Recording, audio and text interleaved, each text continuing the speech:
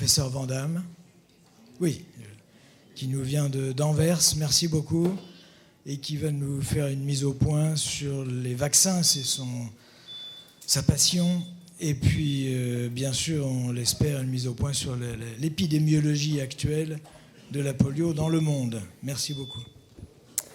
Bien, merci, et surtout merci à Robert de m'avoir invité. I will give the talk in English because Alors, je vais faire ma présentation en anglais parce que je suis allée à l'école en néerlandais, j'ai été élevée en français. But of course, my working language. Mais bien sûr, ma langue de travail, c'est l'anglais et donc tous les termes techniques sont plus faciles en anglais et ne sont pas évidents en français. Je ne connais même pas tous les termes techniques en français. Alors, ce que j'aimerais couvrir dans les 20 minutes qui viennent, c'est vraiment un point sur l'épidémiologie. Je vais vous parler également de quelques innovations en termes de vaccins. Alors, ce qui est important dans l'histoire de la polio, et bien sûr, vous le savez, c'est que nous devons nous attaquer à 3 souches différentes. Aujourd'hui, avec le Covid-19, on sait tous à quel point les souches sont importantes, les variants, les mutations. Donc, ce sont vraiment 3 souches différentes qui ne sont pas liées les unes aux autres. Et ce qui est important également, c'est que quand on voit un cas quelque part dans le monde, c'est qu'on sait qu'il y a au moins plus de 100 infections. Et donc, toutes les infections de polio ne vont pas provoquer une maladie. Et donc, c'est ce qu'il faut comprendre, et en particulier du point de vue de santé publique et d'épidémiologie. Alors, les vaccins qui ont été développés, et je sais que le modérateur a écrit un livre sur toute l'histoire de la polio. J'ai reçu ce livre ce matin, donc j'en suis ravie. Mais les vaccins qui ont été développés tout d'abord dans les années 50, le vaccin inactivé, se compose de ces 3 souches différentes. Pour pouvoir développer une défense contre chacune de ces souches. Alors, est-ce que c'est un vaccin inactivé ou alors... je vais essayer de faire avancer la présentation. Voilà. Dans les années 60, le vaccin atténué polio oral se composait également des 3 souches différentes.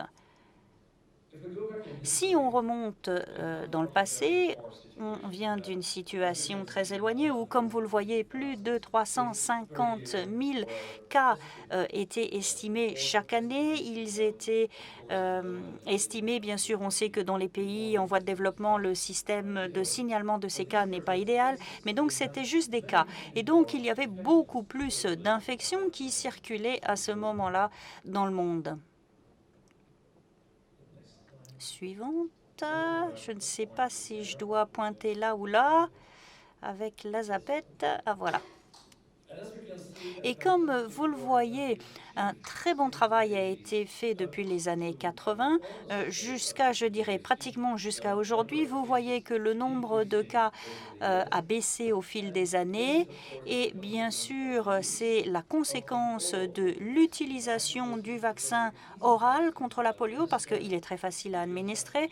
Vous devez simplement donner 2 gouttes de ce produit à chaque personne, que ce soit un enfant, un adolescent ou un adulte, et il est bon marché et vous n'avez pas besoin d'être une infirmière ou un médecin pour administrer ce vaccin. Donc, encore une fois, du point de vue de santé publique, c'est la manière la plus facile de vacciner quelqu'un dans le monde. Alors, qu'est-ce que l'on sait? Ce vaccin a fait un travail formidable et la conséquence des progrès enregistrés au fil des années, c'est que 2 types ont pu être éradiqués. Cela veut dire qu'ils ne circulent plus dans le monde, le type sauvage 2 et le type sauvage 3 en 2012 et 1999 pour le premier. Et donc, l'OMS attend un certain nombre d'années avant de le déclarer éradiqué, 2015 pour le premier et 2019 pour le second. Pour l'instant, le seul type qui est encore en circulation en tant que type sauvage, c'est le type 1 dans 2 pays, l'Afghanistan et le Pakistan. Alors, quelle est la conséquence de l'utilisation de ce vaccin oral? et l'atténuation au niveau de la vie. Si vous avalez ce vaccin, le virus du vaccin qui est atténué se retrouve dans vos défections et cela peut se retrouver dans l'environnement et là, cela peut continuer à survivre, à muter. Donc, il y a un risque de ce qu'on appelle de la paralysie polio associée au vaccin qui arrive très rapidement après l'immunisation, en général 7 à 10 jours. Mais il y a un deuxième risque, c'est le risque de circulation de virus de la polio dérivé du vaccin. Ici, on voit la définition de ce qu'est la polio dérivée du vaccin en circulation. En fait, c'est une souche atténuée qui se retrouve dans l'environnement et qui peut infecter à ce stade-là des enfants non vaccinés très souvent et ils se retrouvent dans les intestins des enfants et ce vaccin va continuer, cette souche de polio du vaccin va continuer à muter et au bout du compte peut causer la paralysie également. Donc, que devons-nous faire? Tout d'abord, nous savons que la plupart de ces cas de polio dérivés des vaccins ont 2 cas, donc ils ne sont plus liés à la souche sauvage, ils sont liés à ce vaccin par voie orale. Alors c'est l'une des raisons pour lesquelles de plus en plus dans le monde, les pays commencent à utiliser de plus en plus le vaccin inactivé, bien sûr. C'est par injection, ça coûte plus cher et il faut une infirmière ou un médecin pour administrer ce vaccin. Donc ça n'est pas évident pour un grand nombre de pays à faible niveau de revenu parce que de passer de ce vaccin oral au vaccin injectable. Donc, on a essayé d'utiliser moins de vaccins de type 2 oral et de passer à l'injection. Mais ce qui est en gras ici, c'est qu'il faut augmenter l'immunité parmi les jeunes enfants, les enfants qui vont à l'école partout dans le monde. Et ça, c'est encore la première chose à faire. On peut développer de nouveaux vaccins, mais ça n'a pas de sens tant qu'on n'augmente pas la couverture de l'immunité générale. Et donc, bien sûr, on a besoin de davantage de vaccins mieux vaccins oraux parce qu'ils sont plus faciles à administrer et coûtent moins cher. Donc, ce sont des conditions importantes. Alors, vous avez peut-être déjà vu ce graphique. Cela vous donne l'historique de nombreuses activités, mais je voudrais souligner la dernière. C'est un changement qui a eu lieu en 2016 de l'utilisation de vaccins OPV1 et 3 à un vaccin injectable OPV1. Donc, le type 2 a été retiré des vaccins partout dans le monde pour réduire le risque de voir cette polio dérivée du vaccin se répandre. Alors, ce qui est assez étrange, c'est que de plus en plus, ça c'est une planche de 2020, de plus en plus, on arrive à contrôler ces souches sauvages, et c'est ce qui est en orange. Le nombre de cas de la souche sauvage diminue, mais les cas de polio dérivés du vaccin, je vois que des gens prennent des photos, mais je pense que ces planches seront disponibles. Je peux les donner à Robert, vous pourrez les avoir. Mais ce que l'on voit, c'est que les cas de polio dérivés du vaccin augmentent et en même temps, on a plus de circulation de ces cas de polio dérivés du vaccin. Donc, pendant l'Assemblée mondiale, la polio a été déclarée comme étant encore une source de préoccupation. On a remarqué que le Covid-19, c'est exactement la même chose, la varicelle du singe également, mais en 2019, il a été confirmé que la polio reste quelque chose de très important dans l'Assemblée de la santé mondiale. Alors, quelles ont été les conséquences du Covid-19? Bien sûr, dans de nombreux pays à faible niveau de revenus, la couverture générale de la vaccination des jeunes enfants a baissé, bien sûr. C'est à cause des problèmes de ressources, de budget et les conséquences du Covid-19. Les parents ne peuvent plus avoir accès à l'immunisation, au centre d'immunisation et le nombre d'enfants qui n'ont eu aucun vaccin a augmenté malheureusement à cause du Covid-19. Maintenant, on parle de ce qu'on appelle des enfants à 0 dose. Et donc ça, c'est vraiment un gros problème pour l'avenir. Donc il faut rattraper le retard dès que possible dans tous ces pays. Alors, où est-ce qu'on en est aujourd'hui? C'est une planche que j'ai téléchargée ce matin. J'ai mon PowerPoint sur clé USB. Donc, j'ai regardé le site Internet de l'Initiative d'éradication mondiale de la polio. Vous voyez que les souches sauvages du Pakistan et de l'Afghanistan, depuis le début de l'année à maintenant, c'est bien contrôlé. C'est pas zéro, mais ils ont fait beaucoup d'efforts pour réduire le nombre de cas du type 1 et nous espérons que ça passera rapidement à 0. Alors, il faut que j'avance maintenant. Alors, quel est le défi le plus important? Comme vous voyez sur cette planche ici et comme celui que j'ai téléchargé ce matin, les points rouges sont les souches sauvages et il y a quelques points rouges en Afrique, mais ils ont été importés. C'est endémique seulement en Afghanistan et au Pakistan, les pays en jaune, mais vous avez ensuite tous ces points verts. Ces points verts montrent clairement qu'il y a un problème avec les circulations des cas de polio dérivés du vaccin. Et en marron, vous avez le type 1. Alors, certains d'entre vous pourraient dire, mais pourquoi est-ce qu'on a utilisé ce vaccin pour la polio orale au départ? Eh bien, si on ne l'avait pas fait, on serait responsable d'un grand nombre de cas de polio. Donc, le vaccin oral a fait un très bon travail et les données les plus récentes montrent qu'en l'absence de l'utilisation de ce vaccin-là, plus de 6,5 millions d'enfants auraient été paralysés dans le monde. Donc, le vaccin a vraiment fait un très bon travail. Maintenant, il faut limiter les dommages et bien sûr utiliser l'innovation.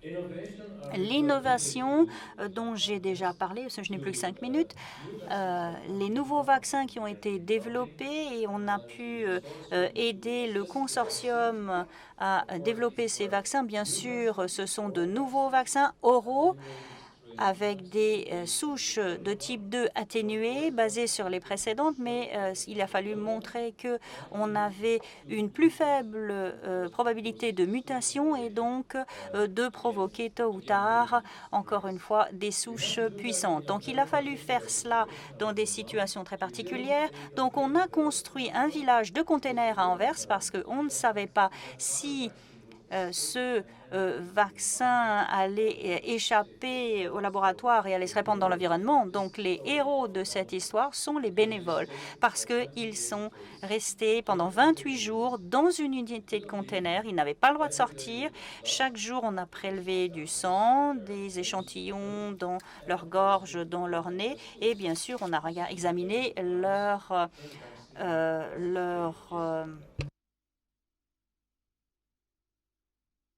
les défections. Donc, on a bien sûr fait cette expérience avec des volontaires. Donc, on l'a appelé Poliopolis. Évidemment, c'était évident. Et je vais essayer d'avancer encore dans les slides. Alors, la zapette ne m'obéit pas. Je n'arrive pas à avancer. Est-ce que vous pouvez faire avancer la planche suivante, s'il vous plaît? Voilà, donc vous voyez les gros containers, c'était pour collecter toutes les eaux des toilettes, de la douche et bien sûr tout c'était nécessaire pour éviter la contamination dans l'environnement. Alors je ne vous donne pas tous les détails, mais ce qu'on a vu, c'est que ce vaccin, en tout cas, n'avait pas d'augmentation significative. Donc il est plus stable que ce qu'on utilisait dans le passé. Alors, j'avance rapidement parce qu'entre-temps, le vaccin qui a été développé à Anvers, et on a travaillé également avec le Panama, est utilisé dans plus de 28 pays aujourd'hui, principalement en Afrique subsaharienne, et plus de 6 millions de doses ont été délivrées à ce stade. Donc, il est important de savoir que l'évolution s'est faite très rapidement. Alors, d'autres vaccins sont en cours de développement. Je ne vais pas entrer dans les détails, mais on essaie de faire des vaccins inactivés plus forts. Mais ce qui est intéressant également, c'est que très récemment, on a un nouvel OPV1 et OPV3. Des vaccins ont été développés pour les mêmes raisons, pour avoir des vaccins par voie orale plus sûrs qui ne pourront pas muter. Alors récemment, et je sais que quelqu'un dans le public a posé la question hier, on a déjà vu des cas de polio dérivé du vaccin à Londres et à Jérusalem, et il semble que les deux cas soient liés l'un à l'autre. Mais en fait, pour résumer les choses brièvement, chaque fois qu'on voit que dans une petite partie d'une ville comme Londres, dans une école ou dans un quartier, l'immunité générale est faible. C'est le dénominateur commun.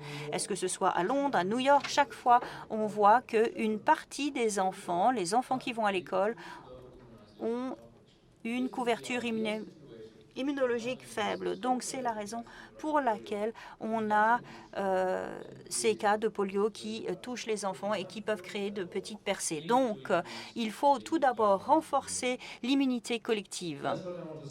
Voilà ce que je voulais dire. La polio, alors il ne faut pas penser que ça n'est pas discuté, c'est débattu. Ça a été débattu au G7 au Japon et à l'Assemblée mondiale à Genève cette semaine. Donc c'est encore très haut dans les priorités parce qu'on veut absolument éradiquer cette maladie en prévenant les cas, en interrompant la transmission et enfin en éradiquant la polio sur la face du monde. Merci beaucoup.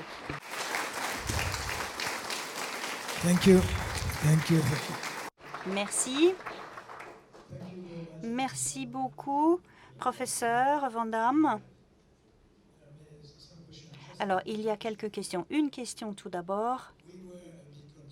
Alors, on était inquiets l'année dernière avec 3 cas de polio à Londres, à New York et à Tel Aviv.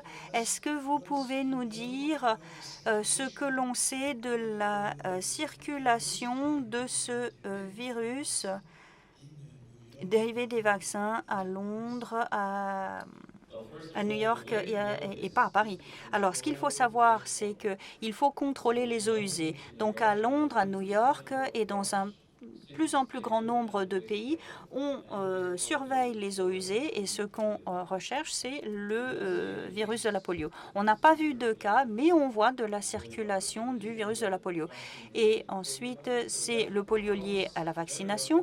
Donc, très souvent, il vient des demandeurs d'asile, des réfugiés qui ont été vaccinés dans des pays comme l'Afghanistan, le Pakistan avec le vaccin oral, et ils viennent ici et ils le diffusent encore. Et donc cela entre dans les eaux usées, cela entre en circulation dans certaines communautés. Et si la communauté n'a pas d'immunité collective, ça commence à contaminer les gens. C'est ce qu'on sait.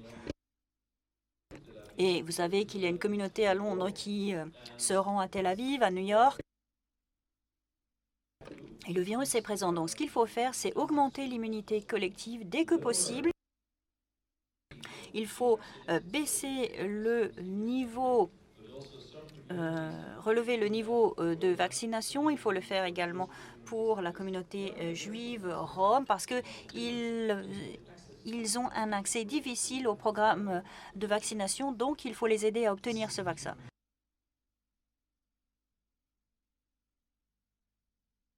Merci beaucoup. J'ai une question. Selon les statistiques de l'OMS, ce qui est très surprenant, c'est que le délai de vaccination et les doses sont très différents d'un pays à l'autre. Est-ce que ça veut dire qu'il n'y a pas suffisamment de connaissances scientifiques ou ça n'a pas d'importance? Ça n'a pas d'importance, c'est ce qu'on a appris dans le passé et il y a beaucoup de programmes différents qui fonctionnent. On a un grand nombre de pays qui commencent avec le vaccin oral et qui ensuite poursuivent avec un polio inactivé, un vaccin inactivé. Et en fait, tous ces programmes fonctionnent tant qu'on peut toucher tout le monde. Et bien sûr, ça peut prendre plusieurs semaines, plusieurs mois, entre 2 doses, peu importe, mais tant qu'on atteint un nombre critique pour avoir une bonne immunité collective, mais ça peut être fait à travers différents mécanismes. Le calendrier n'a pas vraiment d'importance, les délais n'ont pas d'importance, mais il faut commencer le plus tôt possible dans la population vulnérable. En Europe, ça pourrait revenir, étant donné que je connais énormément de personnes adultes qui ne se vaccinent plus. Donc il y a uniquement que les enfants parce que c'est obligatoire, mais les adultes ne se vaccinent plus depuis de nombreuses années. Donc est-ce que ça ne peut pas de faire un risque pour que justement cette maladie revienne? Mais l'essentiel, c'est qu'on reste au-dessus d'un certain seuil d'immunité de groupe. Donc si on reste au-dessus de 85-90%, c'est défendable. Ce qu'on voit, c'est que souvent dans des petites communautés, on tombe en dessous de ce seuil et c'est là qu'il y a un risque. Les adultes souvent ont été vaccinés dans le passé, donc là, il n'y a pas de problème aussi longtemps qu'ils ne vont pas commencer à voyager. Donc la recommandation en général, c'est si vous voyagez vers, par exemple, un pays comme le Pakistan, Afghanistan, vous avez besoin d'une dose de rappel. Donc ça, c'est la recommandation générale, pas seulement en Europe, mais globalement. Et c'est une manière, justement, pour limiter la circulation. Mais je pense que le plus important, c'est surtout de vacciner les enfants qui sont encore toujours vulnérables. Et c'est de là que le virus, aussi bien du vaccin que le virus naturel, profite. C'est chercher vraiment où sont les populations vulnérables. Voilà, merci beaucoup. Je vous en Merci, prie. professeur Van Damme. Thank you very much for you.